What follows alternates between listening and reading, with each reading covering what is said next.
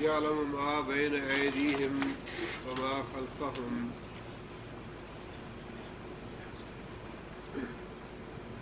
یعلم وہ خوب جانتا ہے ما بین ایدیہم جو ان کے آگے ہے. یہ محاورہ ہے بین ایدی، اس کا مطلب ہے کسی چیز کے آگے ہونا. ما بین ایدیہم جو ان کے آگے ہے. کن کے آگے ہے؟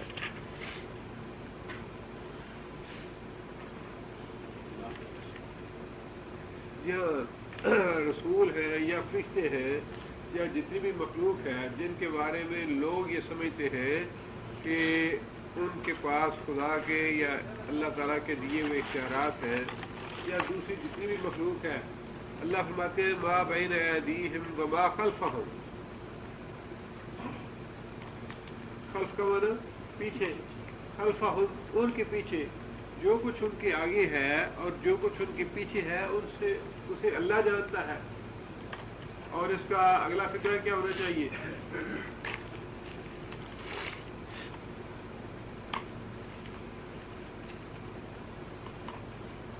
وہ نہیں جانتے. اس کا اگلا فکرہ یہ ہونا چاہیے کہ اللہ تعالیٰ جانتا ہے جو ان کے آگے اور پیچھے ہے، جو ان کے آگے گزر چکا، جو ان سے پہلے جو اولیاء اللہ پیدا ہوئے، انبیاء پیدا ہوئے، ان سے جو پہلے گزر چکے یا ان سے پہلے جو حالات تھے اللہ تعالیٰ انہیں بھی جانتا ہے. ان کے فوت ہونے کے بعد جو حالات بعد میں پیش آئیں گے یا جو بعد میں پیدا ہونے والے ہیں انہیں اللہ جانتا ہے. اور اس فکرے کا دوسرا حصہ یہ ہونا چاہیے کہ جنہیں تم اللہ سمجھتے ہو، جنہیں تم اپنا معبود بناتے ہو، وہ نہیں جانتے. رسول اللہ صلی اللہ علیہ وسلم کو اپنے فوت ہونے کے بعد یہ معلوم نہیں ہے کہ ان کی امت جو ہے اس نے کیا کچھ کیا. قیامت کے دن نبی صلی اللہ علیہ وسلم نے خود فرمایا کہ حوض کوثر پہ کچھ لوگ آنا چاہیں گے پانی پینے کے لیے، اور میں کہوں گا انہیں کہ ان کو آنے دو. فرشتے انہیں روک لیں گے اور فرشتے کہیں گے کہ اے محمد صلی اللہ علیہ وسلم آپ کو معلوم نہیں کہ ان لوگوں نے آپ کے بعد دین میں کیا کیا تبدیلیاں کر دی، کیا کیا بدعات بنا دی دین میں. جس کا مطلب یہ ہے کہ خود رسول اکرم صلی اللہ علیہ وسلم کو بھی فوت ہونے کے بعد کے معاملات کا پتہ نہیں ہے کہ کون سے اولیاء پیدا ہوئے ہیں یا کون سے امت نے کیا کچھ کیا ہے. تو اسی طرح اللہ فرماتے ہیں کہ جنہیں تم اپنا الہ سمجھتے ہو، خواہ وہ جنات ہیں، فرشتے ہیں، انبیاء ہیں، اولیاء ہیں، تم سمجھتے ہو کہ میرے اختیارات میں سے انہیں اختیارات حاصل ہیں. ان کے مقابلے میں میرا علم تو ایسا ہے کہ ان سب جو کچھ ان سے پہلے گزر چکا اسے بھی جانتا ہوں، اور جو کچھ ان کے بعد واقعات ہونے والے ہیں انہیں بھی جانتا ہوں. جبکہ ان کا حال یہ ہے کہ انہیں نہ آگے کا پتہ ہے نہ پیچھے کا پتہ ہے. رسول اللہ صلی اللہ علیہ وسلم نے اللہ تعالیٰ نے نبی صلی اللہ علیہ وسلم کو پہلی امتوں کے اور پہلے انبیاء کے واقعات خود قرآن مجید میں بتلائے کہ تم سے پہلے آپ محمد صلی اللہ علیہ وسلم نوح علیہ السلام گزر چکے، ابراہیم علیہ السلام گزر چکے، شعیب علیہ السلام گزر چکے، اور صالح علیہ السلام گزر چکے. اور ساتھ ہی یہ بات ارشاد فرمائی تلک انباء الغیب نوحی الیک، کہ یہ وہ غیب کی خبریں ہیں جن کا تمہیں علم نہیں تھا، ہم تمہیں بتا رہے ہیں کہ تم سے پہلے کیا ہو چکا ہے. لہٰذا اللہ فرماتے ہیں، یہ آپ کو یاد ہوگا کہ پچھلا جو رکوع ہے اس میں اللہ تعالیٰ توحید کے دلائل ارشاد فرما رہے ہیں، اور انہی توحید کے دلائل میں سے ایک دلیل یہ بھی ہے کہ اللہ سب کچھ جانتا ہے. عالم الغیب ذات اللہ کی ہے، اللہ کے علاوہ کوئی دوسرا آگے پیچھے کا جاننے والا نہیں ہے. آگے اللہ فرماتے ہیں وَإِلَى اللَّهِ تُرْجَعُ الْأُمُورُ، وَإِلَى اللَّهِ اور طرف اللہ کی، ترجعو کون سا فعل ہے ترجعو؟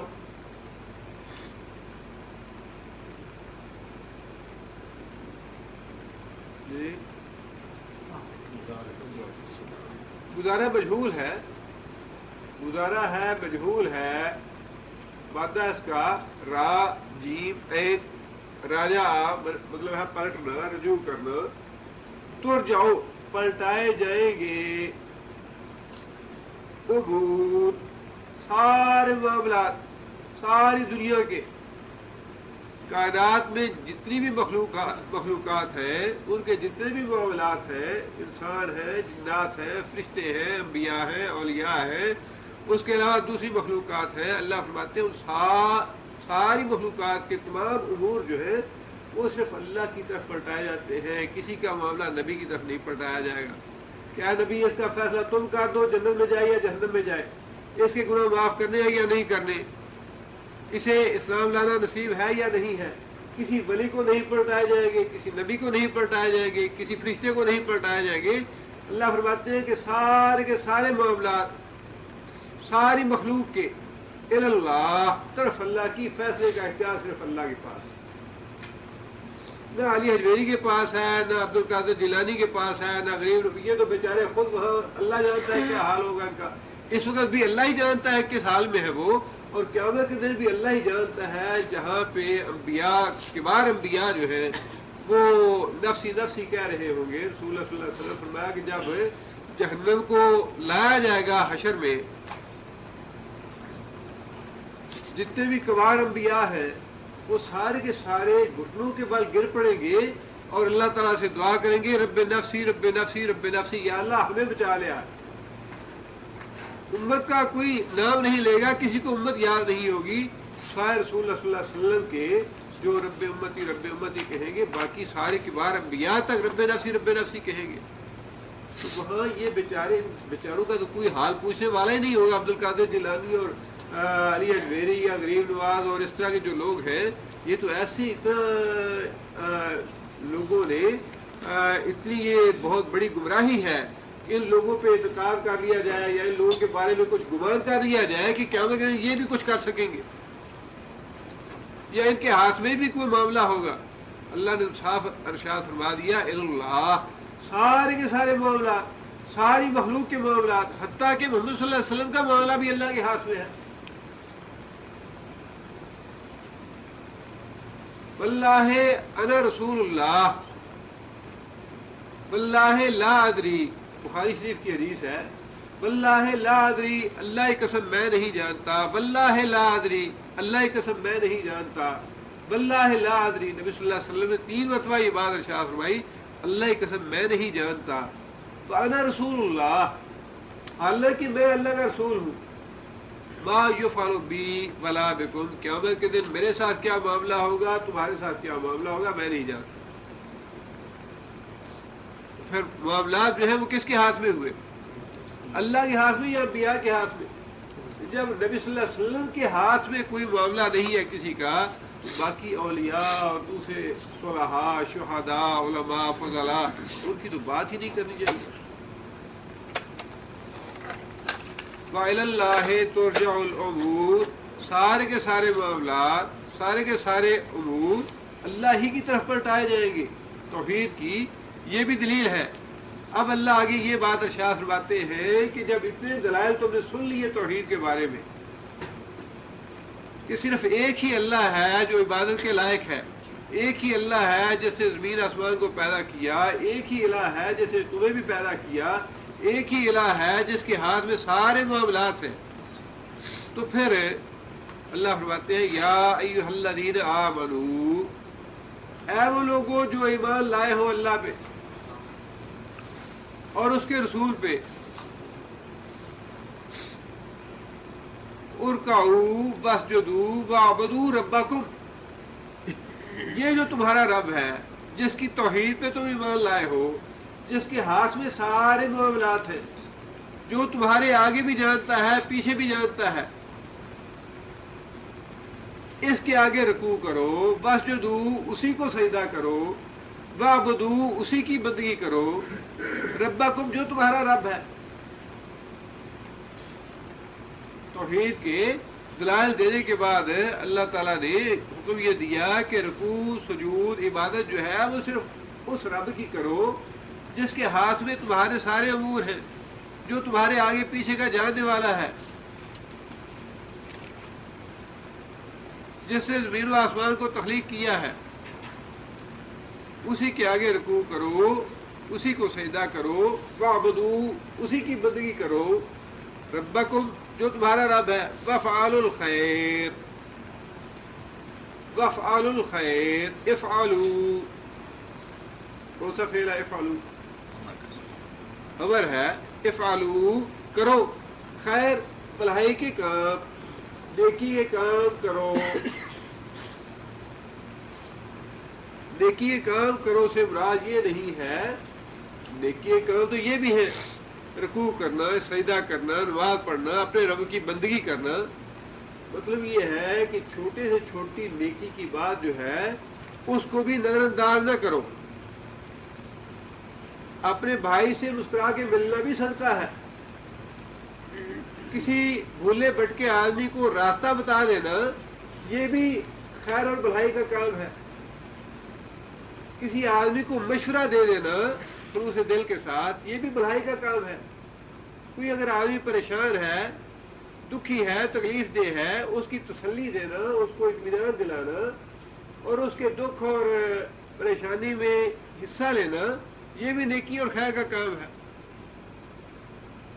یتیم کے ہاتھ پہ سر رکھنا، بیوہ کی مدد کرنا، فرمایا کہ یہ نیکی کے کام ہے، یہ نیکی کے کام بھی کرو، اللہ کی بندگی بھی کرو، اللہ کو رکوع اور سجدہ بھی کرو۔ اس کے بعد فرمایا لعلکم تفلحون، لعلکم شاید کہ تم، لعلکم لعلہ جو ہے یہ شاید کے لیے آتا ہے، کسی توقع کے لیے، امید ہے، توقع ہے، شاید کہ تم لوگ تفلحون فلاح پاؤ گے، کامیاب ہو جاؤ گے قیامت کے روز۔ یہ کام کرنے سے امید یہ ہے کہ تم لوگ کامیاب ہو جاؤ گے۔ امید ہے کہنے سے مطلب یہ نہیں ہے کہ شاید کوئی شک والی بات ہے کہ یہ کرے تب بھی نہ ہو،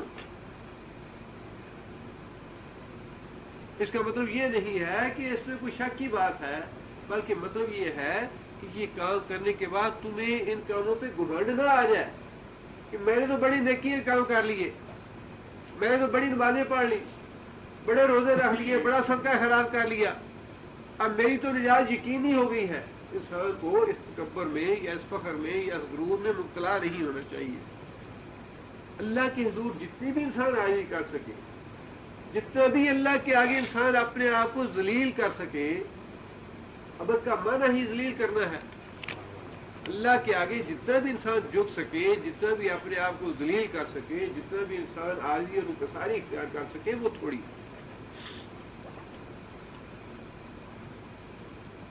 ہر عبادت میں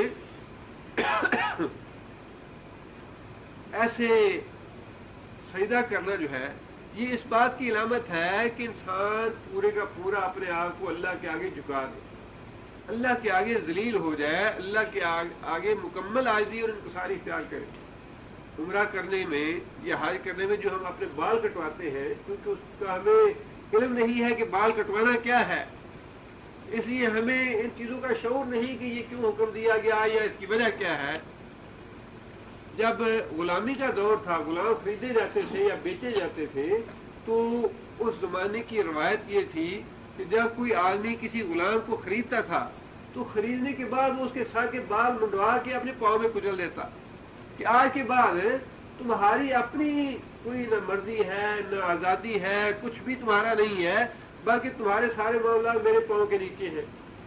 اس لیے وہ بال اتروا دیتے تھے یا اس کے منڈوا دیتے تھے، اور وہی عمرے اور حج میں انسان اپنے بال اتروا کے اس بات کا اعتراف کرتا ہے کہ اب میں نے اپنی آزادی اللہ کے مقابلے میں ختم کر دی، میں نے اللہ کے آگے اپنے آپ کو سرنڈر کر دیا ہے، مکمل طور پہ جھکا دیا ہے، اللہ کے آگے اپنے آپ کو ذلیل کر دیا ہے، رسوا کر دیا ہے، اللہ کی میں نے غلامی لے لی ہے۔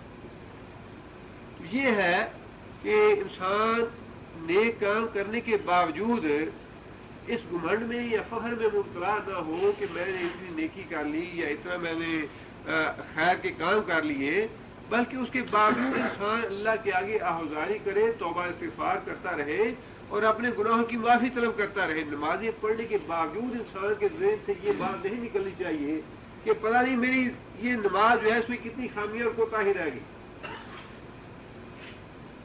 ہمیں جھگڑا تو بہت کرنا آتا ہے کہ سر پہ ٹوپی ہو تو نماز ہوتی ہے کہ نہیں ہوتی، نہ ہو تو ہوتی ہے کہ نہیں ہوتی۔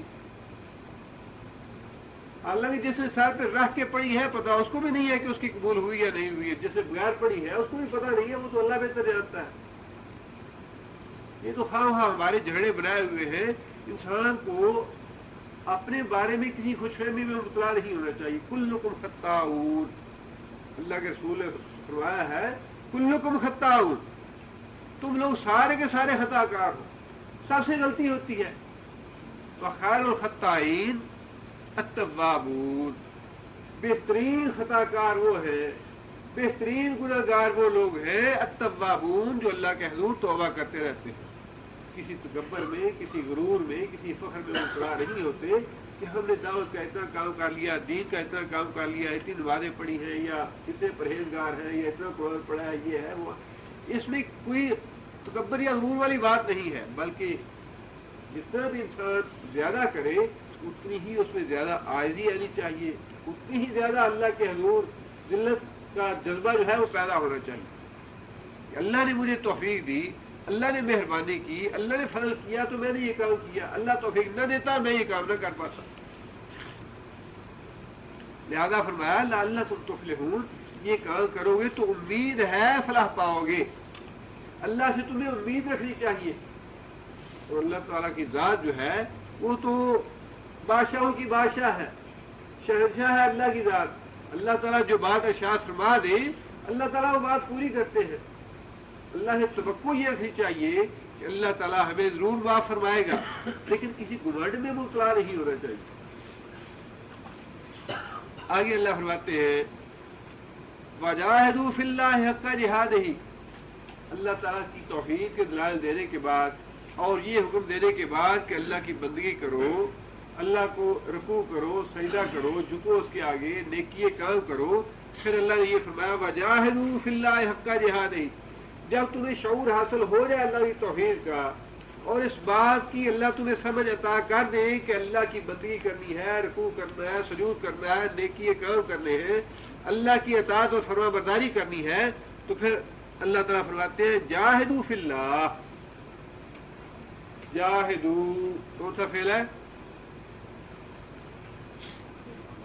فعل امر ہے، جہاد کرو۔ اس کا مادہ کیا ہے جاہدو کا؟ جی بہا دال، جاہدو جہد کا معنی ہے کوشش کرنا، دوڑ دھوپ کرنا، سعی کرنا، جد و جہد کرو، کوشش کرو، فی اللہ، اللہ کے معاملے میں۔ کیا مطلب؟ اللہ کے معاملے میں کوشش کرو۔ اللہ کے معاملے سے مراد ہے اللہ کے دین کے معاملے۔ اللہ کے معاملے میں کوشش کرو سے مراد کیا ہے؟ اللہ کے دین کے معاملے میں کوشش کرو۔ کس بات کی کوشش کرو؟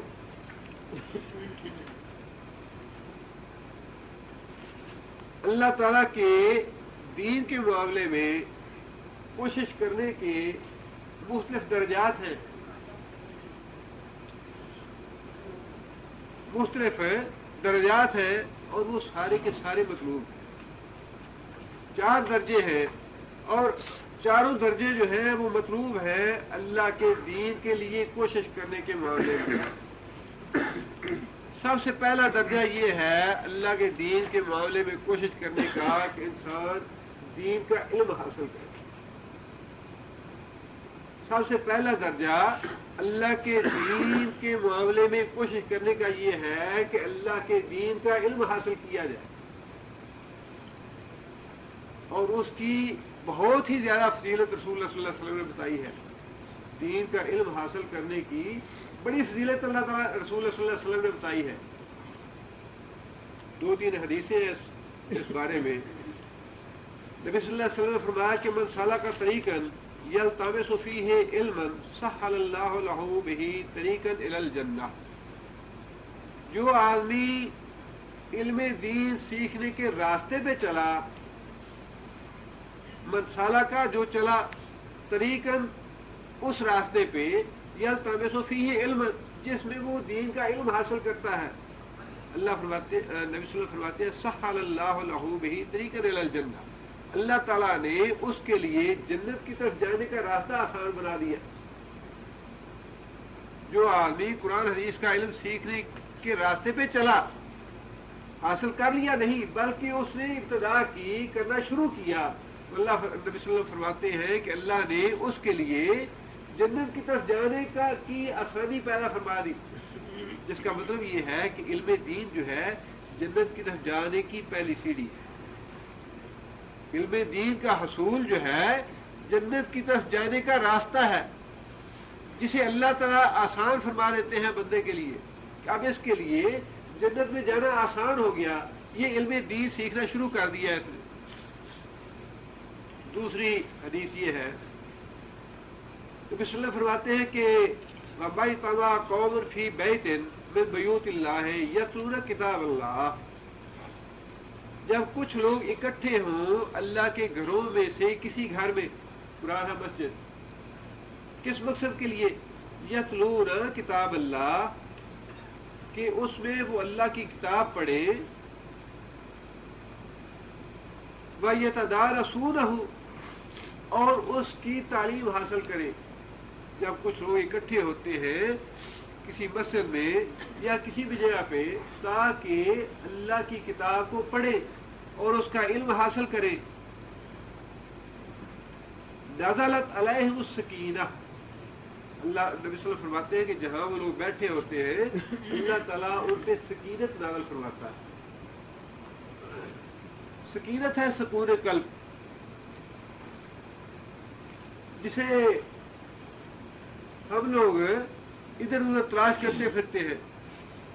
کوئی صبح اٹھتا ہے تو ہاتھ مارتا ہے ٹی وی پہ یا ریڈیو پہ گانے سننے کے لیے تاکہ سکون قلب حاصل ہو، عورت کی تصویر دیکھنے کے لیے یا عورت کی آواز سننے میں سکون قلب حاصل ہو، یا کوئی شراب پیتا ہے یا نشہ کرتا ہے کہ سکون قلب حاصل ہو، یا گرین کارڈ حاصل کرنے میں سکون قلب حاصل ہوتا ہے۔ یہ ساری چیزیں فضول ہے، بیکار ہے۔ سکون قلب جو ہے وہ آسمانوں سے نازل ہوتا ہے اور اسی طریقے سے ملتا ہے جس طریقے سے اللہ کے رسول نے فرمایا ہے کہ اگر تم دین کا علم حاصل کرو گے، اللہ کی کتاب پڑھو گے اور اللہ کے دین کا علم سیکھو گے تو نبی صلی اللہ علیہ وسلم فرماتے ہیں نزلت علیہم السکینہ، ایسے لوگوں پہ اللہ سکون قلب نازل فرماتا ہے۔ انسان محسوس کرے یا نہ کرے، سچی بات یہ ہے کہ انسان کی کنسنٹریشن ہو واقعی جب انسان مسجد میں جاتا ہے جوا پڑھنے کے لیے، خطبہ سننے کے لیے، کچھ سمجھ آئے یا نہ آئے، لیکن ایک ماحول ایسا ہوتا ہے، ایسی سکینت محسوس کرتا ہے آدمی کہ جسے انسان بیان نہیں کر سکتا۔ اور وہی چیز اللہ کے رسول نے فرمائی کہ جہاں کہیں بھی لوگ اللہ کا دین سیکھنے کے لیے بیٹھتے ہیں اللہ تعالیٰ ان پہ سکینت نازل فرماتا ہے۔ اور آگے نبی صلی اللہ علیہ وسلم نے فرمایا وَغَشِيَتْهُمُ الرَّحْمَةُ، اللہ کی رحمت انہیں ڈھانپ لیتی ہے۔ ایسی جگہ پہ جو لوگ بیٹھے ہیں اللہ کی رحمت انہیں اپنے سائے میں ڈھانپ لیتی ہے۔ آگے نبی صلی اللہ علیہ وسلم فرماتے ہیں وَخَفَّتْهُمُ الْمَلَائِكَةُ، فرشتے ان کے اوپر سایہ کر دیتے ہیں، فرشتے بھی ان کے ساتھ شریک ہو جاتے ہیں۔ اور آگے نبی صلی اللہ علیہ وسلم نے فرمایا کہ وَذَكَرَهُمُ اللَّهُ فِي مَنْ عِندَهُ، اور اللہ تعالیٰ ان لوگوں کا ذکر کرتے ہیں ان سے جو اللہ کے پاس ہیں۔ اللہ کے پاس کون ہے؟ فرشتے ہیں۔ تو نبی صلی اللہ علیہ وسلم نے فرمایا کہ اللہ تعالیٰ فرشتوں میں ذکر کرتے ہیں کہ فلاں جگہ پہ میرے فلاں بندے بیٹھ کے دین کا علم حاصل کر رہے ہیں۔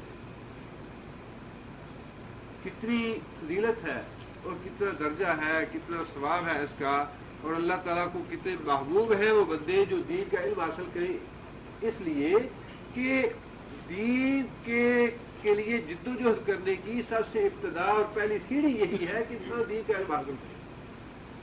دین کا علم حاصل کیے بغیر انسان دین کی خدمت نہیں کر سکتا۔ اگر کوئی خدمت کرنا چاہتا ہے تو اسے دین کا علم حاصل کرنا چاہیے پہلے۔ ایک اور حدیث میں نبی صلی اللہ علیہ وسلم نے فرمایا کہ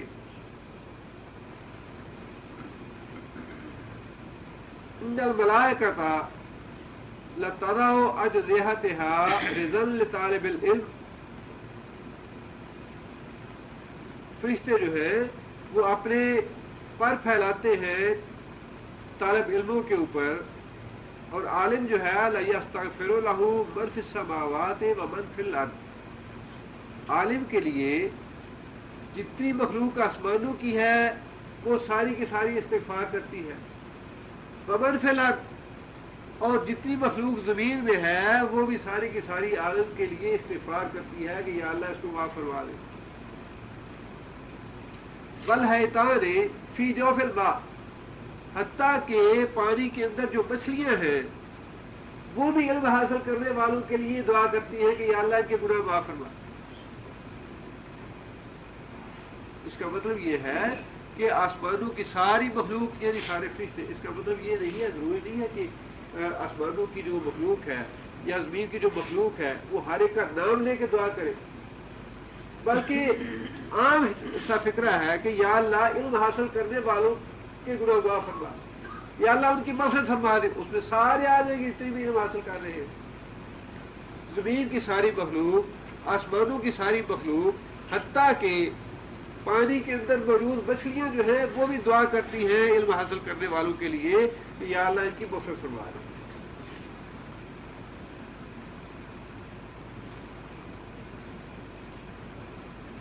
آگے ایک اور حدیث میں نبی صلی اللہ علیہ وسلم نے فرمایا کہ من خرج فی طلب العلم فہو فی سبیل اللہ، جو آدمی گھر سے اس نیت سے نکلتا ہے کہ میں اللہ کا دین حاصل کروں، اللہ کے دین کا علم حاصل کروں، تو نبی صلی اللہ علیہ وسلم فرمایا فہو فی سبیل اللہ، وہ اللہ کی راہ میں نکلا ہوا ہے، جب تک گھر نہیں جاتا،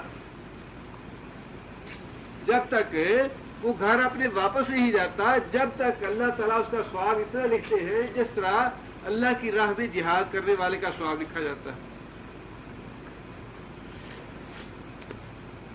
اور پھر نبی صلی اللہ علیہ وسلم نے یہ بات بھی ارشاد فرمائی خیرکم من تعلم القرآن وعلمہ، تم لوگوں میں سے سب سے بہتر وہ ہے جو قرآن کا علم سیکھے اور دوسروں کو سکھائے۔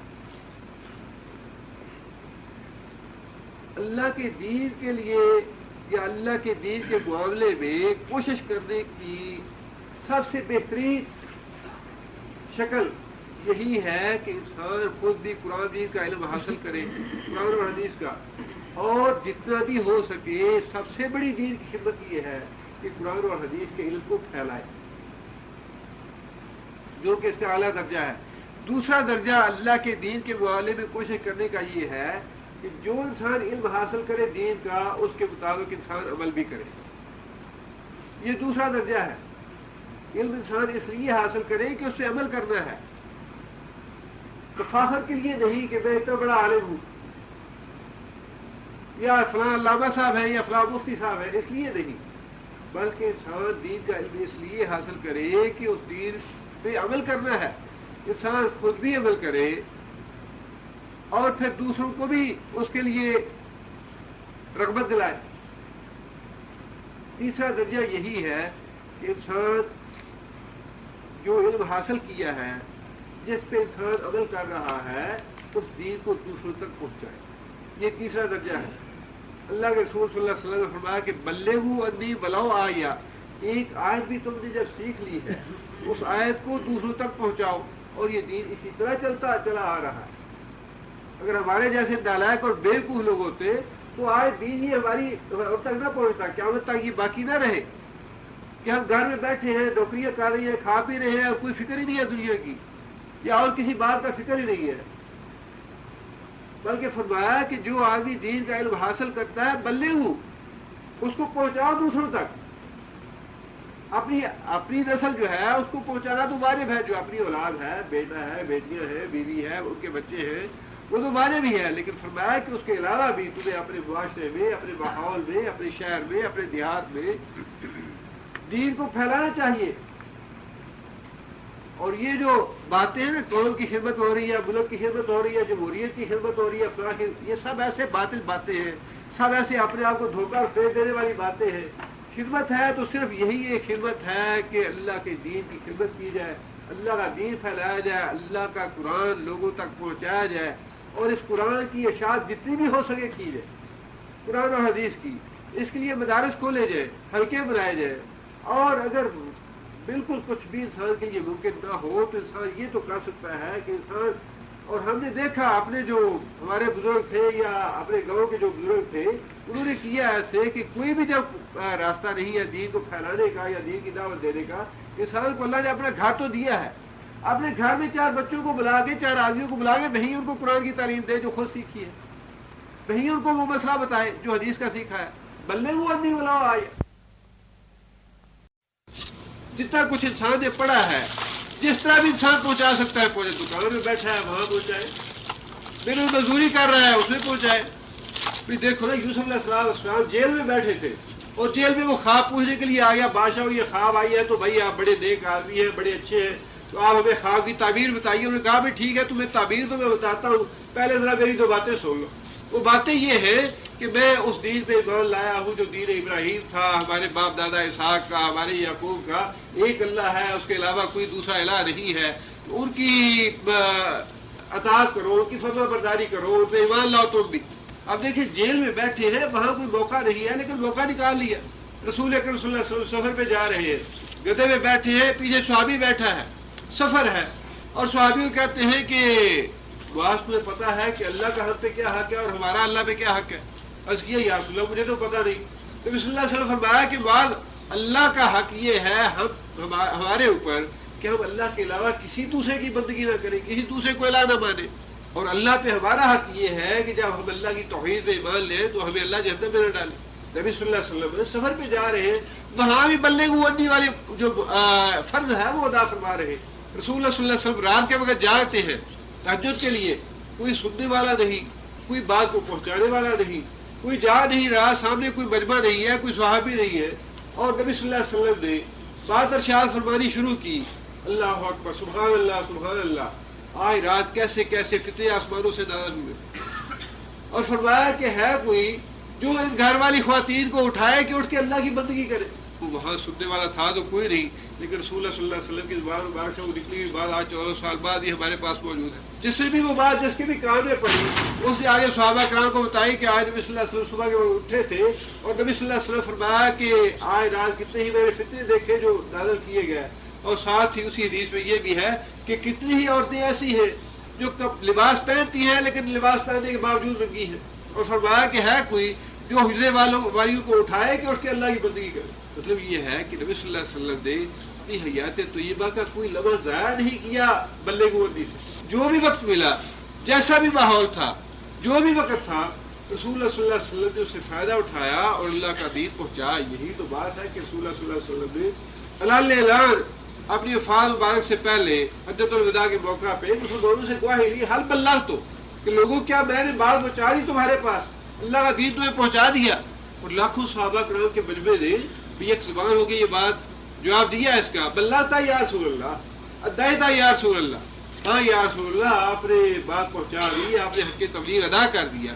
تو یہ تیسرا درجہ ہے اللہ کے دین کے معاملے میں کوشش کرنے کا۔ پہلا درجہ دین کا علم حاصل کرنا، دوسرا درجہ ہے جو علم حاصل کیا ہے اس پہ عمل کرنا، تیسرا درجہ یہ ہے کہ جو علم اللہ نے ہمیں دیا ہے اس دین کو دوسروں تک پہنچائے۔ ضروری نہیں ہے کہ اس کے لیے مدارس ہی ہو یا کہیں ایسے مسجد پہ بیٹھے ہوتا بھی دین پہنچتا ہے، دکان پہ بیٹھ کے دین پہنچتا ہے، اور بیان ایسے ہی پہنچایا دین، مزدوری بھی کرتے تھے دین بھی پہنچاتے تھے، علماء نے بھی ایسے کیا۔ نذیر سے دہلوی کا واقعہ میرے پہلے بھی دوستوں کو سنایا ہے کہ ایک آدمی انہیں اپنے بچے کو داخل کرنے کے لیے لے گیا ان کے مدرسے میں، رات گاڑی پہنچی اسٹیشن پہ، سامان تھا ان کے پاس، انہوں نے کلی سے کہا کہ بھائی یہ سامان ہم عالم کے مدرسے میں پہنچانا چاہتے ہیں، ہمیں وہاں لے چلو۔ کلی نے سامان اٹھایا وہاں مدرسے میں پہنچا دیا۔ اگلے دن صبح انتظار کرنے لگے فجر کی نماز کے بعد کہ مدیر مدرسے کا یا جو بھی مسئول ہے وہ آئے تو بچے کے لیے بات کروں داخل کرانے کے لیے۔ لوگوں نے کہا جی اتنے وقت پہ آتے ہیں آپ بیٹھ کے انتظار کیجئے۔ انتظار کرنے لگے، جب وقت ہوا تو وہی کلی جسے رات سامان اٹھا کے لائے تھے وہی کلی آ کے مسجد درس کی مسجد میں بیٹھ گیا، کہنے لگے جی یہی ہے وہ صاحب جو مدرسے کے مدیر ہے یا مسئول، جنہوں نے دین کا علم پہنچانا ہو یا دین کا یہ مقدس فریضہ سارے انجام دینا ہو، انہیں اس بات کی انتظار نہیں ہوتی کہ کوئی مجھے مسند ہی پیش کرے یا کوئی مجھے سٹیج بنا کے دے تو میں تبلیغ کرتا ہوں یا تقریر کرتا ہوں۔ پچھلے سال کی بات ہے، وہاں پاکستان میں لاہور میں علی حجویری کے گرد و پیش میں وہاں ہمارے حدیث پبلیکیشن کی دکان ہے، وہاں جا رہا تھا میں، ایک آدمی بوڑھا، اب ظاہر ہے اس بات کا شعور جو ہے اب بڑھاپے میں ہی آتا ہے انسان کو، جب انسان موت کے قریب پہنچتا ہے، پھٹے پرانے کپڑے پہنے ہوئے، سائیکل ہاتھ میں پکڑی ہوئی، اور وہ ادھر ادھر گھوم رہا ہے علی حجویری کے دربار کے ارد گرد، اور ساتھ یہ آواز لگا رہا ہے کہ لوگوں اللہ ایک ہے، لوگوں اللہ ایک ہے، لوگوں اللہ سے مانگو، لوگوں اللہ دینے والا ہے۔ اکیلا آدمی ہے، کوئی سنتا ہے نہیں سنتا، کوئی کسی کو اس سے، لوگ آ رہے ہیں جا رہے ہیں، اپنے کاموں میں مصروف ہے، وہ آدمی اپنی دھن میں مگن ہے، کوئی سنتا ہے نہیں سنتا، اسے اس بات کی پرواہ نہیں ہے، لوگوں اللہ ایک ہے، لوگوں اللہ سے مانگو، لوگوں دینے والا اللہ ہے، وہ اپنا فرض جو ہے بندے کو اننی والا وہ ادا کر رہا ہے۔ اسی طرح بڑی پرانی بات ہے، یہ 85-86 کی بات ہے، 65-68، جب میں ایم ایس سی میں پڑھتا تھا وہاں گورنمنٹ کالج لاہور میں، تو پرانی انارکلی وہاں ساتھ ہی ہے گورنمنٹ کالج اور یہاں یونیورسٹی کے ساتھ ہی، وہاں ہم لوگ ایک آدمی کو دیکھتے تھے، اس کی عمر بھی یہی 60-65 سال کی تھی، بابا ہی سے بڑی داڑھی ان کی، ٹوپی سر میں پہنی ہوتی، وہیں کالج سے مخلوط تعلیم تھی یونیورسٹی میں بھی اور گورنمنٹ کالج میں بھی، ادھر سے لڑکیاں آتی ہیں انارکلی بازار میں، اور وہی دوپٹے گلوں میں لٹکائے ہوئے، یا وہ دوپٹہ بھی نہیں، اب تو وہ بھی ختم ہو گیا ہے، تو بابا جی صبح سے لے کر شام تک جب ہم دیکھتے انہیں، وہ وہاں موجود ہوتے، بلّہ عالم بیچارے کب سے کب تک کھڑے رہتے۔ ان کا کام یہ تھا کہ جو بھی لڑکی ادھر سے آتی کالج سے انارکلی میں، تو وہ آگے بڑھتے، اس کا دوپٹہ پکڑتے، بیٹی کے ساتھ لڑکیاں آ رہی ہیں جا رہی ہیں، ہنس رہی ہیں، ٹھٹھے لگا رہی ہیں، مذاق کر رہی ہیں، اور اس زمانے میں ہمیں بھی اتنا شعور نہیں تھا کہ یہ بابا جی کو کیا مصیبت پڑی ہے اتنی، کیوں یہ کھڑا ہے اس طرح یہاں پہ، اور اس کا کیا اثر ہوگا، یا کتنا اس کا اس فیل سے کتنا انقلاب آ جائے گا، ہمیں بھی اتنا شعور تو نہیں تھا، لیکن لوگ جو ہے وہ دیکھ رہے ہیں، کوئی ٹھٹھا کرتا ہے، کوئی اچھا سمجھتا ہے، کوئی کیسا سمجھتا ہے، لیکن وہ بیچارہ دبلا پتلا سا آدمی، سفید کپڑے پہنے ہوئے، ٹوپی پہنے ہوئے، وہ جب بھی کوئی لڑکی وہاں سے گزرتی تو آگے ہو کے اسے سر پہ ہاتھ رکھتا کہ بیٹی یہ کپڑا ہے، یہ اپنے اوپر لے لو، سر ڈھانپو، اللہ کا حکم ہے، اللہ کا رسول کا، یہ ہے اللہ کے دین کے معاملے میں کوشش کرنا۔ بھیا اگر ہم اتنا ٹائم نہیں دے سکتے، اتنی قربانی، یا اب ہمارے ہاں تو صحیح ہوتا ہے جی ہچکچاہٹ، شرم آتی ہے ایسے کہتے ہوئے، یا ایسی جگہ پہ کھڑے ہوتے ہوئے، اگر شرم آتی ہے ایسا کام کرتے ہوئے، کم از کم اپنے گھروں میں شرم نہیں آنی چاہیے، اپنی بیٹی ہے، بھتیجی ہے، بھانجی ہے، اپنے بھتیجے بھانجے ہیں، انہیں تو دین کی بات کہتے ہوئے شرم نہیں آنی چاہیے، کم از کم اپنے گھروں میں ہی ایسی بات کر لیں ہم، شادیاں ہوتی ہیں، نکاح ہوتے ہیں، ویڈیو بن رہے ہیں، فلم بن رہے ہیں، مرد ہوتے اکٹھے لگا رہے ہیں، کیا کیا کچھ نہیں ہو رہا۔ جاہدوا فی اللہ حق جہادہ، اللہ کے دین کے معاملے میں جد و جہد کرو، کوشش کرو۔ جد و جہد کرنے سے مطلب یہ ہے کہ اپنی ساری صلاحیتیں، اپنی ساری محنت، اپنا سارا وقت تمہیں کھپانا چاہیے اس معاملے میں۔ اللہ تعالیٰ نے رسول اللہ صلی اللہ علیہ وسلم کو حکم دیا اذا فرغت فانصب، کہ جب تم اللہ کی عبادت سے فارغ ہو جاؤ تو پھر اب دین کے معاملے میں تھکاؤ اپنے آپ کو، یہ ہے مطلوب۔ اللہ کے دین کے معاملے میں اتنی کوشش کی جائے، اتنی جد و جہد کی جائے کہ انسان تھک جائے۔ یہ تیسرا درجہ ہے کہ جو انسان نے علم حاصل کیا ہے بلغوا، پہنچاؤ اسے دوسروں تک جیسے بھی پہنچا سکتے ہو، اور سب سے زیادہ اہم خدمت دین کی، اور دین کو دوسروں تک پہنچانے کا جو ذریعہ ہے وہ قرآن مجید ہے۔ قرآن مجید کی تعلیم کو جتنا بھی زیادہ سے زیادہ دوسروں تک پہنچا سکتے ہو پہنچاؤ۔ ایک بچے کو بھی آپ نے گھر میں بلا کے قرآن مجید پڑھا دیا تو آپ کو اللہ تعالیٰ سے بخشش کی امید کرنی چاہیے۔ ایک بچے کو بھی پڑھا دیا، اس لیے کہ ہمیں اس کا اندازہ نہیں ہے۔ آپ نے ایک بچے کو پڑھایا، آگے اس کو اللہ نے توفیق دی، اس نے کسی اور کو پڑھا دیا، اس نے آگے کسی اور کو پڑھا دیا، ممکن ہے قیامت تک وہ سلسلہ چلتا رہے۔ اس لیے تو نبی صلی اللہ علیہ وسلم فرمایا کہ انسان جب مرتا ہے تو سارے اس کے معاملات ختم ہو جاتے ہیں، اس کے عمل کا سلسلہ منقطع ہو جاتا ہے، تین چیزوں کا اجر و ثواب جو ہے اس کے ذمہ باقی رہتا ہے، جو قیامت تک اس کے نامہ اعمال میں لکھا جاتا رہتا ہے۔ صدقہ جاریہ کوئی کام کیا جو قیامت تک چلتا رہا، اور صدقہ جاریہ میں بھی سب سے اچھا یہی ہے کہ انسان دینی مدرسے میں، دین کے اشاعت کے معاملے میں کوئی پیسہ صرف کر دے، اس میں کوئی حصہ ڈال دے، عملاً اس میں حصہ لیتا رہے، علمی طور پہ، عملی طور پہ۔ اور پھر فرمایا کہ وہ علم جو انسان نے اپنی زندگی میں دوسروں تک پہنچایا، اس کا ثواب بھی اس کے نامہ اعمال میں قیامت تک لکھا جاتا رہے گا، جب تک وہ علم پڑھایا جاتا رہے گا، سکھایا جاتا رہے گا۔ جن جن لوگوں نے وہ علم حاصل کیا، آگے دوسروں کو بتایا، اس کا فائدہ اس بتانے والے کو ملتا رہے گا۔ اور فرمایا کہ اس کی وہ اولاد نیک اولاد جو اس کے لیے دعا کرے گی، اس دعا کا اجر و ثواب جو ہے وہ بھی اس کو ملتا رہے گا مرنے کے بعد۔ بنیادی طور پہ اگر دیکھا جائے یہ تینوں باتوں کا تعلق اسی بات سے ہے کہ انسان دین کا علم حاصل کرے، اپنی اولاد کو نیک بنائے، اپنی اولاد کو دین کا علم سکھائے تاکہ وہ اس کے لیے دعا کرے، علم حاصل کرے دین کا، اس کو آگے پھیلائے تاکہ وہ اس کے لیے باعث اجر و ثواب بنے اور صدقہ جاریہ بنے۔ ساری باتیں جو ہیں وہ دین کے علم میں آ جاتی ہیں، اور اللہ اگر توفیق دے، اللہ تعالیٰ فہم اور شعور عطا کرے تو اس جیسا کوئی دوسری انویسٹمنٹ نہیں ہے۔ اتنی اچھی انویسٹمنٹ یہ ہے، ایسی کوئی اور انویسٹمنٹ اچھی نہیں ہے۔ انسان کیلکولیٹر پہ یا کمپیوٹر پہ اس کا حساب نہیں لگا سکتا کتنا اجر و ثواب جو ہے وہ اللہ تعالیٰ اس کے نامہ اعمال میں درج کرے گی۔ لہٰذا اللہ نے فرمایا جاہدوا فی اللہ، کوشش کرو، جہاد کرو اللہ کے دین کے معاملے میں۔ ہاں، چوتھا جو درجہ ہے اللہ کے دین کے معاملے میں کوشش کرنے کا وہ یہ ہے کہ انسان اللہ کے دین کو معاشرے میں غالب کرنے کے لیے جدوجہد کرے جب بھی موقع ملے، عمل کا زمانہ ہو تب بھی، اور اگر جہاد کا زمانہ ہو تب بھی۔ اور خاص طور پہ اب تو جن لوگوں کو یہ چیز پسند ہے کہ وہ دین پہ چلے یا دین پہ قائم رہے، ان کے لیے بڑا ہی ضروری ہو گیا ہے کہ وہ فتنوں سے بچنے کے لیے خود بھی دین سیکھیں، اپنے بچوں کو بھی دین سکھائیں اور دین پہ پکا کریں اپنی اولاد کو۔ بہت ضروری ہو گیا ہے۔ یہ جو صلیبی جنگیں شروع ہوئی ہے، یہ صلیبی جنگیں اسی لیے شروع ہوئی ہے کہ اللہ کے دین کو، اسلام کو، ایمانوں کو ختم کیا جائے، ملیا بیٹ کیا جائے۔ جب تک ہم اس جاہدوا فی اللہ کا کام نہیں کریں گے، اللہ کے دین کے لیے جد و جہد نہیں کریں گے، تب تک یہ دین باقی نہیں رہے گا۔ ورنہ کافر جو ہے، دشمن جو ہے، دین کو چھوڑنا نہیں چاہتے۔ یہ 50 سالہ جو منصوبہ بنا ہے صلیبی جنگوں کا، اس کا مقصد کیا ہے؟ اس کا مقصد کسی ایک آدمی کو پکڑنا نہیں ہے یا ایک آدمی کو مارنا مطلب نہیں ہے اس کا۔ ورنہ 50 سال کی کیا ضرورت ہے ایک آدمی کو پکڑنے یا مارنے کے لیے؟ 50 سالہ منصوبے کا مطلب یہ ہے کہ پوری دنیا میں جہاں کہیں بھی دین کا کام ہو رہا ہے، کوئی دین کی تحریک ہے، کوئی جہادی تنظیم ہے، جہادی تحریک ہے، اس کو جڑ سے اکھاڑ پھینکا جائے۔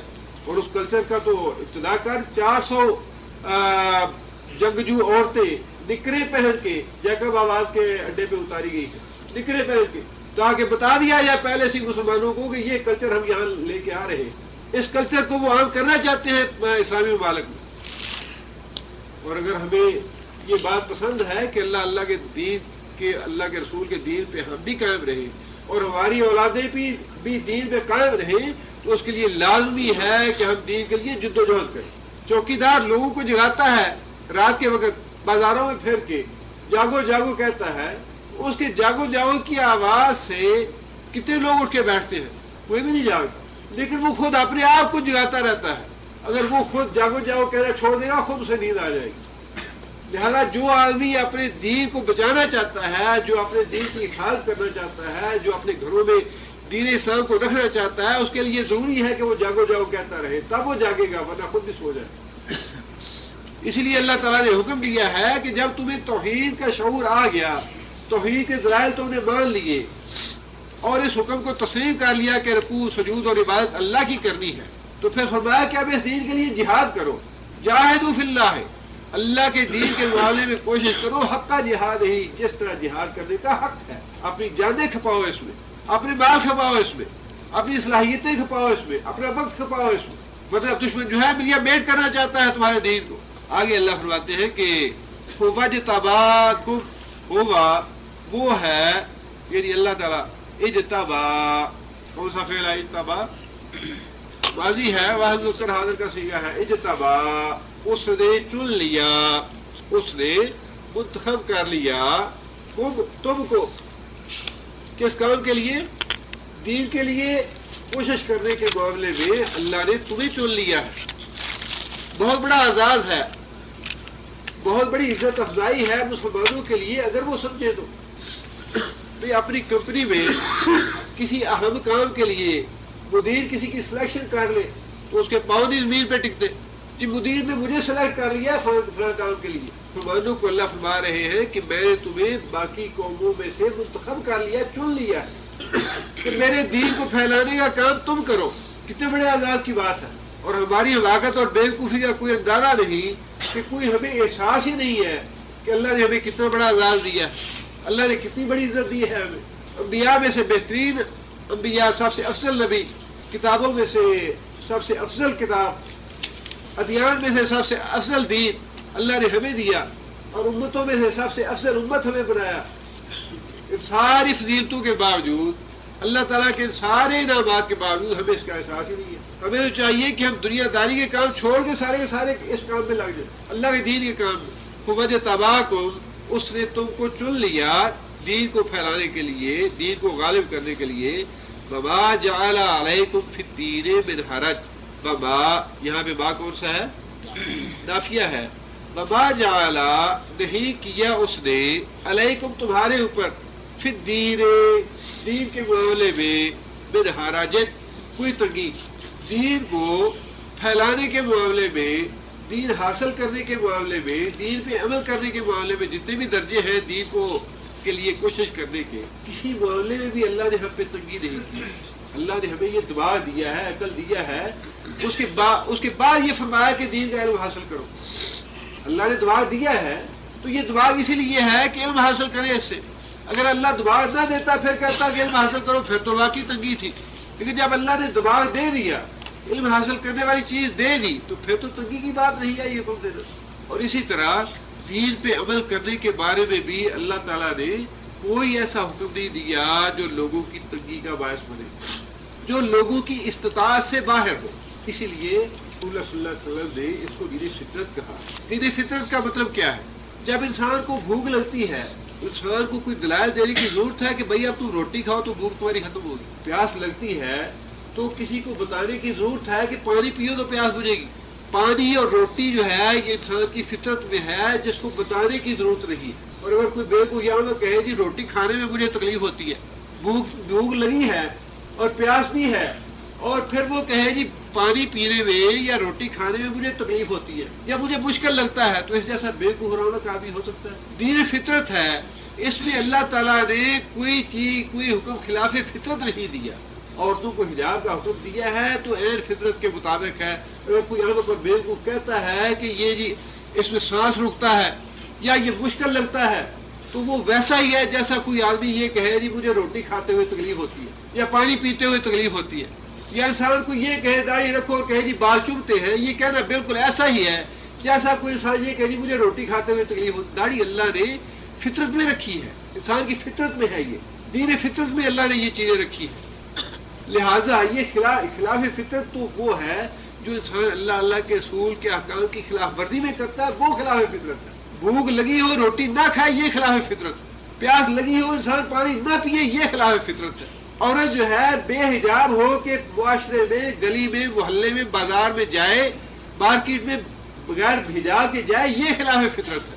لہٰذا اللہ نے فرمایا کہ جو بھی حکم دیا ہے دین میں اس میں کوئی، بلکہ اللہ نے تو سہولتیں رکھی ہے. بھائی سفر ہے، تمہیں بھوکر ہے، کہیں جلدی ہو، کہیں تھکاوٹ ہو یا کوئی اور پرابلم آ جائے، فرمایا نماز پوری نہ پڑھو، قصر کر لو، کم کر لو. آدمی بیمار ہو گیا تو فرمایا ٹھیک ہے اٹھ کے نہیں بیٹھ سکتے، نماز پڑھ سکتے بیٹھ کے پڑھ لو، بیٹھ کے نہیں پڑھ سکتے لیٹ کے پڑھ لو، اشاروں سے پڑھ لو. یہ انسان یہ سوچے جی میں تو بڑے گناہ کیے اب اور میں اب کیسے نیکی کا راستہ اختیار کروں. فرمایا نہیں، توبہ کرو، تمہارے میں سارے گزشتہ گناہ معاف کروں گا، کوئی حرج نہیں ہے. یعنی کتنی دین میں تو یہ کہنا چاہیے کہ اللہ تعالیٰ نے ہر لحاظ سے سہولت رکھی ہے، کوئی مشکل ہے ہی نہیں. بھئی اب تھوڑا بہت انسان کو تردد دنیا کے لیے بھی کرنا پڑتا ہے.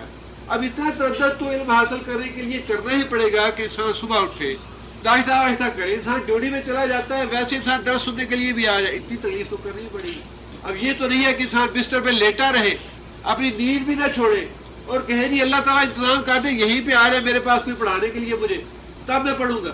ایسے تو کبھی نہیں ہوگا. دنیا کے معاملے میں ایسا نہیں ہوتا، دین کے معاملے میں کیوں ہو؟ دنیا کمانے کے لیے انسان سب کچھ کرتا ہے، رات کی نیند بھی حرام کرتا ہے، صبح کا آرام بھی انسان ختم کرتا ہے. کم از کم جتنا انسان دنیا کے لیے کرتا ہے اتنا تو دین کے لیے بھی کرے. جو انسان دنیا کے لیے سوچتا ہے ویسی سوچ انسان دین کے لیے بھی رکھے. اللہ فرماتے ہیں کہ دین کے معاملے میں نے کوئی تنگی نہیں رکھی کسی پہ. جو بھی احکام دیے ہیں وہ انسان کی استطاعت کے اندر ہے، انسان کر سکتا ہے ان پہ عمل. اب دیکھیے نا وہ حدیث جو ہے جس میں نبی صلی اللہ علیہ وسلم نے فرمایا کہ یہ دو قبر والے آدمی ہیں، انہیں عذاب ہو رہا ہے، لیکن عذاب کسی بڑی بات پہ نہیں ہو رہا. صحابہ نے پوچھا یا رسول اللہ وہ کون سی؟ فرمایا ان میں سے ایک آدمی تو وہ تھا جو پیشاب سے احتیاط نہیں کرتا تھا، چھینٹے پڑ گئے تو پڑ گئے، دھویا نہیں انہیں، احتیاط نہیں کی. اور دوسرا جو ہے وہ چغل خور تھا، ادھر سے بات سنی ادھر کی، جا کے اس کی قیمت کی، اس کو بتائی، اس سے کیا. دو منہ والا آدمی تھا. مطلب کیا کہ کوئی بڑی بات نہیں تھی. بڑی بات نہیں کا مطلب یہ ہے کہ اگر یہ لوگ اس گناہ سے رکنا چاہتے تو مشکل کام نہیں. اگر انسان پیشاب سے احتیاط کرنا چاہے تو یہ مشکل نہیں ہے. اگر انسان غیبت سے چغل خوری سے رکنا چاہے تو یہ مشکل نہیں ہے. لہذا اللہ نے فرمایا کہ ہم نے دین کے معاملے میں کسی پہ تنگی نہیں کی. آگے اللہ فرماتے ہیں ملت ابیکم ابراہیم. ملت کا معنی، ملت کے دو معنی ہیں، ایک معنی ہے جماعت اور ایک معنی ہے طریقہ. دونوں معنی یہاں استعمال ہو سکتے ہیں. ملت ابیکم، ابیکم تمہارا باپ. کس کا باپ؟ مسلمانوں کا. نبی صلی اللہ علیہ وسلم جو ہے مسلمانوں کے روحانی باپ ہیں. جس طرح ازواج مطہرات جو ہے مسلمانوں کی مائیں ہیں، اسی طرح نبی صلی اللہ علیہ وسلم روحانی باپ ہیں. اور ابراہیم علیہ السلام نبی صلی اللہ علیہ وسلم کے باپ ہیں. لہذا سارے مسلمانوں کے باپ ہیں ابراہیم علیہ السلام. اللہ نے فرمایا کہ ملت ابیکم ابراہیم، اپنے باپ ابراہیم کی ملت پہ، طریقے پہ ڈٹ جاؤ. اپنے باپ ابراہیم کے طریقے پہ، اپنے باپ ابراہیم کے دین پہ ڈٹ جاؤ، مضبوطی سے جمے رہو. یا پھر دوسرے معنی یہ ہوگے کہ اپنے باپ ابراہیم کی ملت میں شامل ہو جاؤ، شامل رہو. دونوں معنوں میں بات یہی ہے کہ جو دین ابراہیم لے کے آئے، اسحاق علیہ السلام لے کے آئے، اسماعیل علیہ السلام، موسیٰ علیہ السلام، عیسیٰ علیہ السلام، محمد صلی اللہ علیہ وسلم، یہ سارے دین جو ہے ایک ہی دین ہے. فرمایا کہ مسلمانوں کو یہ چاہیے، جو اللہ پہ ایمان لائے ہیں انہیں یہ چاہیے کہ وہ پوری طرح مضبوطی کے ساتھ جم جائے ملت ابراہیم پہ، ابراہیمی طریقے پہ ڈٹے رہے. اپنا گھر بار چھوڑنا پڑے تو گھر بار چھوڑ دے، وراثت چھوڑنی پڑے وراثت چھوڑ دے، بادشاہ سے ٹکرانا پڑے بادشاہ سے ٹکرا جائے، بیٹے کو قربان کرنا پڑے بیٹے کو قربان کر دے. ڈٹ جاؤ اپنے ابراہیم باپ کے طریقے پہ.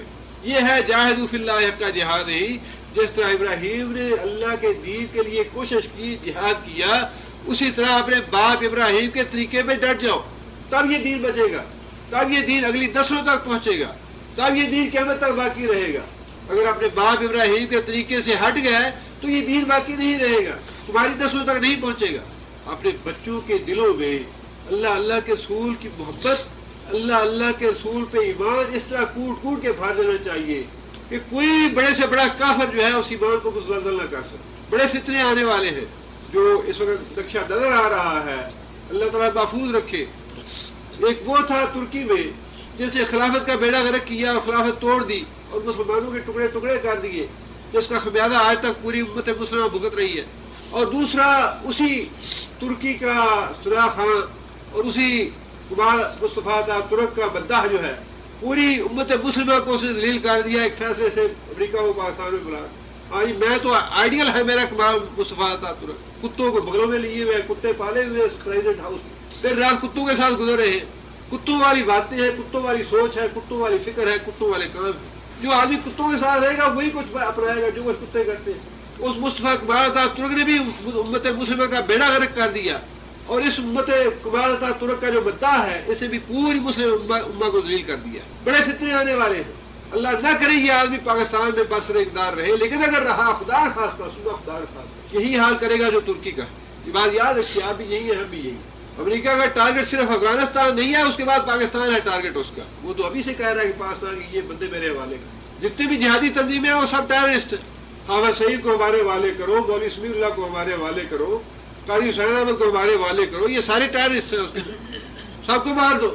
اگر ان فتنوں سے بچانا ہے تو اس کے لیے ہمیں جہاد واقعی کرنا پڑے گا. اس کے لیے ہمیں نیت کرنی چاہیے، اور کم از کم اپنے گھروں میں تو اتنا سختی کے ساتھ کرنا چاہیے دین کا معاملہ کہ اللہ کے رسول کا دین، ان کی محبت، ان پہ ایمان کوٹ کوٹ کے ان کے دلوں میں بھر دو.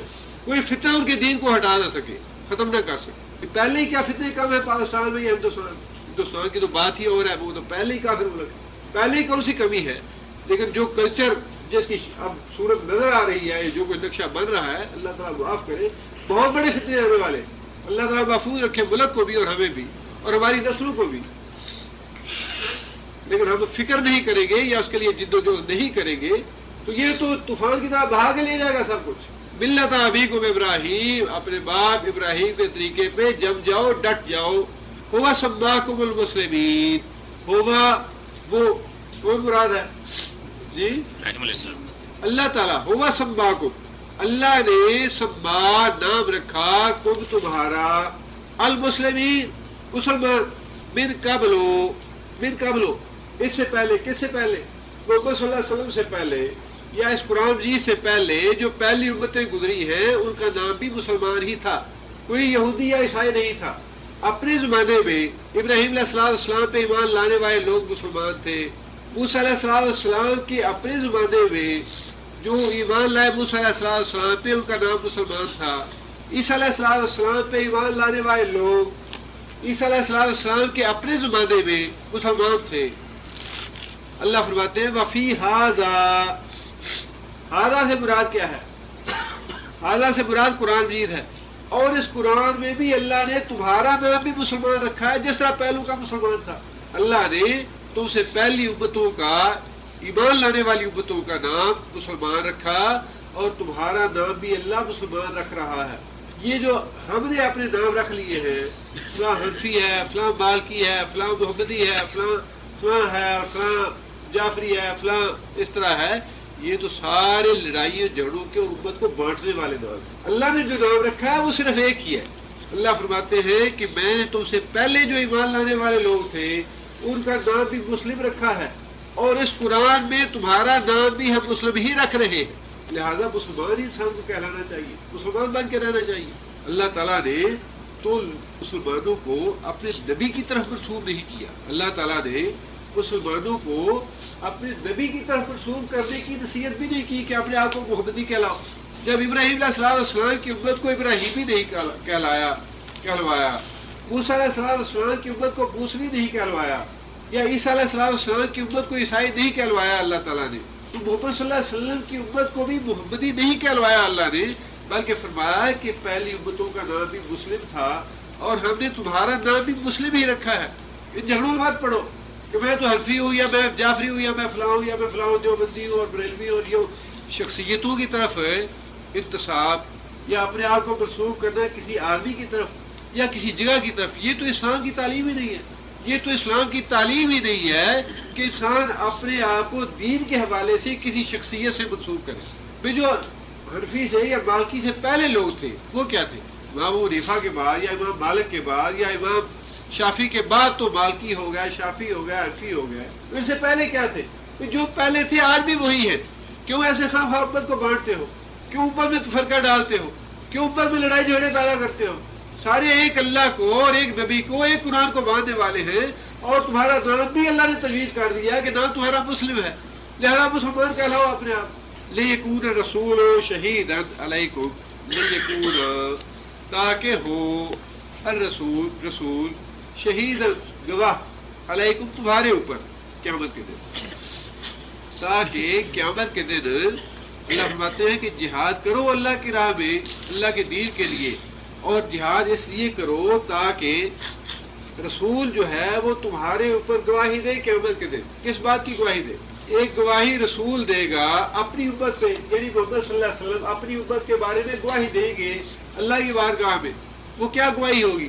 وہ گواہی یہ ہوگی کہ یا اللہ جو پیغام تو نے مجھے دیا تھا لوگوں تک پہنچانے کے لیے، وہ پیغام میں نے اپنی امت تک پہنچایا.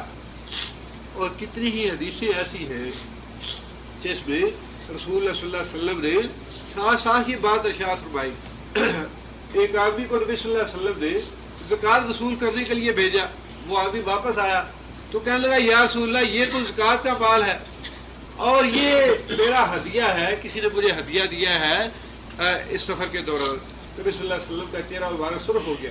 نبی صلی اللہ علیہ وسلم ممبر پہ تشریف لائے. نبی صلی اللہ علیہ وسلم نے اللہ تعالیٰ کی حمد و ثنا کی اور نبی صلی اللہ علیہ وسلم نے فرمایا کہ دیکھو اس آدمی کو، یہ آدمی کہتا ہے کہ یہ تو مال زکوٰۃ کا ہے اور یہ مجھے ہدیہ دیا گیا ہے. نبی صلی اللہ علیہ وسلم نے فرمایا کہ تم اپنی ماں کے گھر کیوں نہ بیٹھے؟ میں دیکھتا کہ تمہیں ہدیہ وہاں کون بھیجتا ہے اپنی ماں کے گھر بیٹھے ہوئے. تم تحصیلدار بن کے گئے، اس وجہ سے تمہیں یہ رشوت کے طور پہ ہدیہ دیا. یہ ہدیہ نہیں، یہ رشوت ہے. فرمایا اس کو بیت المال میں جمع کراؤ، اور ساتھ یہ فرمایا کہ تم اپنی ماں کے گھر بیٹھتے، بڑے سخت الفاظ نبی صلی اللہ علیہ وسلم نے فرمایا کہ تم اپنی ماں کے گھر بیٹھتے، اور پھر میں دیکھتا کون تمہیں تمہاری ماں کے گھر بیٹھے ہدیہ بھیجتا ہے۔ اور اس کے بعد نبی صلی اللہ علیہ وسلم نے فرمایا کہ حل بلغتو، گواہ رہنا کہ میں نے اللہ کا پیغام پہنچا دیا، میں نے اللہ کا پیغام پہنچا دیا، میں نے اللہ کا پیغام پہنچا دیا۔ اور اسی بات کی گواہی نبی صلی اللہ علیہ وسلم لوگوں سے لے کے فوت ہوئے، اس دنیا سے رخصت ہوئے، اور قیامت کے دن یہ گواہی نبی صلی اللہ علیہ وسلم دیں گے اس امت کے بارے میں کہ یا اللہ میں نے تیرا پیغام پہنچانے کا حق ادا کر دیا۔ اسی کا اللہ تعالیٰ نے یہاں ذکر فرمایا کہ جہاد کیا نبی صلی اللہ علیہ وسلم نے بھی اس دین کو پہنچانے کے لیے، اور لہٰذا نبی صلی اللہ علیہ وسلم بھی قیامت کے دن گواہی دیں گے کہ ہاں یا اللہ میں نے پیغام پہنچایا۔ اور آگے اللہ فرماتے ہیں وَتَكُونُوا شُهَدَاءَ عَلَى النَّاسِ، تکونوا تم ہو جاؤ شہداء گواہ علی الناس دوسری امتوں پہ۔ دین کے لیے جہاد کرو، اس دین کے لیے کوشش کرو۔ کیوں کوشش کرو؟ اس لیے کہ قیامت کے دن تم بھی گواہی دو گے، امت محمدیہ بھی گواہی دے گی۔ کس کے خلاف؟ دوسری امتوں کے خلاف، انبیاء کے حق میں۔ نبی صلی اللہ علیہ وسلم نے فرمایا کہ قیامت کے دن نوح علیہ السلام کی قوم جھگڑا کرے گی۔ نوح علیہ السلام کہیں گے یا اللہ میں نے تیرا پیغام پہنچا دیا تھا امت تک، امت کہے گی نہیں یا اللہ ہم تک پیغام نہیں پہنچایا نوح نے۔ اسی طرح دوسرے بھی انبیاء ہوں گے، شعیب علیہ السلام، لوط علیہ السلام، صالح علیہ السلام، وہ بھی کہیں گے کہ یا اللہ ہم نے تیرا پیغام پہنچا دیا تھا امت تک، امتیں کہیں گی یا اللہ ہم تک تیرا پیغام نہیں پہنچا۔ اللہ فرماتے ہیں کہ تکونوا شہداء، اس لیے اللہ نے فرمایا اجتباکم، ہم نے تمہیں چنا ہے اس کام کے لیے، دین کے لیے جدوجہد اور کوشش کرنے کے لیے ہم نے تمہیں چنا ہے، اس لیے کہ قیامت کے دن تم نے گواہی دینی ہے۔ اللہ تعالیٰ نوح علیہ السلام سے کہیں گے کہ اے نوح اگر تم نے دین پہنچایا ہے تو کوئی اپنا گواہ لاؤ، اگر تم نے دین پہنچایا ہے تو کوئی اپنا گواہ لاؤ۔ نوح علیہ السلام کہیں گے کہ یا اللہ محمد صلی اللہ علیہ وسلم کی امت میری گواہ ہے، محمد صلی اللہ علیہ وسلم کی امت جو ہے وہ میری گواہ ہے۔ نوح علیہ السلام کی امت کہے گی کہ یا اللہ یہ محمد صلی اللہ علیہ وسلم کی امت تو موجود ہی نہیں تھی اس وقت، یہ تو بعد میں آنے والے لوگ ہیں، یہ کیسے گواہی دے سکتے ہیں؟ امت محمدیہ جواب میں یہ بات کہے گی کہ ہمیں محمد صلی اللہ علیہ وسلم نے یہ بات بتائی تھی اور ہم محمد صلی اللہ علیہ وسلم پہ ایمان لائے ہیں۔ اس ایمان کا تقاضا یہ ہے کہ جو کچھ اللہ کے رسول نے ہمیں بتایا ہے ہم اس کی گواہی دیں، اور ہمیں محمد صلی اللہ علیہ وسلم نے یہ بتایا تھا کہ نوح علیہ السلام آئے، انہوں نے اتنی عرصہ تبلیغ کی، اتنا عرصہ اپنی امت کو پیغام پہنچایا، لہٰذا ہم محمد صلی اللہ علیہ وسلم پہ ایمان لانے کی وجہ سے اس بات کی گواہی دیتے ہیں کہ نوح علیہ السلام نے پیغام پہنچایا۔ یہ ہے تکونوا شہداء علی الناس، دین کا علم حاصل کرو، دین کے لیے جدوجہد کرو تاکہ قیامت کے دن تم بھی دوسری امتوں کے خلاف اور دوسرے انبیاء کے حق میں گواہی دے سکو۔ محمد صلی اللہ علیہ وسلم تمہارے اوپر گواہی دیں گے کہ میں نے اللہ کا پیغام پہنچایا، اور امت محمدیہ دوسرے انبیاء کے حق میں گواہی دے گی کہ ہاں یا اللہ یہ جو انبیاء آئے تھے محمد صلی اللہ علیہ وسلم سے پہلے انہوں نے تیرا پیغام اپنی امتوں تک پہنچایا۔ وَتَكُونُوا شُهَدَاءَ عَلَى النَّاسِ، تاکہ تم لوگ ہو جاؤ شہداء گواہ علی الناس دوسری امتوں پہ، دوسرے لوگوں پہ۔ آگے اللہ فرماتے ہیں فَأَقِيمُوا الصَّلَاةَ، نماز قائم کرو۔ یہ کام کرنے کے لیے نماز قائم کرنی بڑی ضروری ہے۔ اللہ کے دین کے لیے کوشش کرنا، اللہ کے دین کے لیے جد و جہد کرنا، اور قیامت کے دوسری انبیاء کے حق میں گواہی دینا، اس کے لیے کیا چیز ضروری ہے؟ اقیم الصلاۃ، نماز قائم کرو تب یہ کام کر سکو گے۔ وآتوا الزکوٰۃ، اور زکوٰۃ دیتے رہو۔ واعتصموا باللہ، اللہ کو مضبوطی سے تھام کے رکھو، اللہ کو مضبوطی سے تھام کے رکھو۔ مفسرین نے 2-3 اس کے معنی لکھے ہیں اللہ کو مضبوطی سے تھام کے رکھنے کی۔ پہلا معنی یہ ہے اللہ پہ توکل کرو، کسی دوسرے پہ توکل نہ کرو۔ دوسری بات یہ ہے کہ دعا اللہ سے کرو، کسی اور سے دعا نہ کرو۔ تیسرا یہ ہے کہ مدد اللہ سے مانگو، کسی اور سے مدد نہ مانگو۔ چوتھا یہ ہے کہ کتاب و سنت کو مضبوطی سے تھام لو، یہ ہے اللہ کو مضبوطی سے تھامنا، اللہ اور اللہ کے رسول کو مضبوطی سے تھام لو۔ جو اللہ کہے، جو اللہ کا رسول کہے اس پہ آنکھیں بند کر کے عمل کرو، سر جھکا کے عمل کرو اس کو۔ واعتصموا باللہ، اللہ کو مضبوطی سے تھام لو، مطلب یہ ہے کہ دین کے لیے جد و جہد کرنے کے لیے اور پھر قیامت کے دن دوسرے انبیاء کے حق میں گواہی دینے کے لیے ضروری ہے کہ نماز قائم کرو، زکوٰۃ دو، اور اللہ کو مضبوطی سے تھامو، رسول اللہ صلی اللہ علیہ وسلم کا دامن مضبوطی سے تھام کے رکھو۔ هو مولاکم، وہی تمہارا مولا ہے، کوئی اس کے علاوہ مولا نہیں ہے.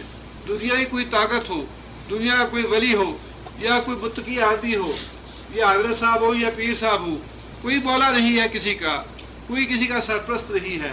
ہوا مولا کو، مسلمانوں کا مولا صرف اللہ.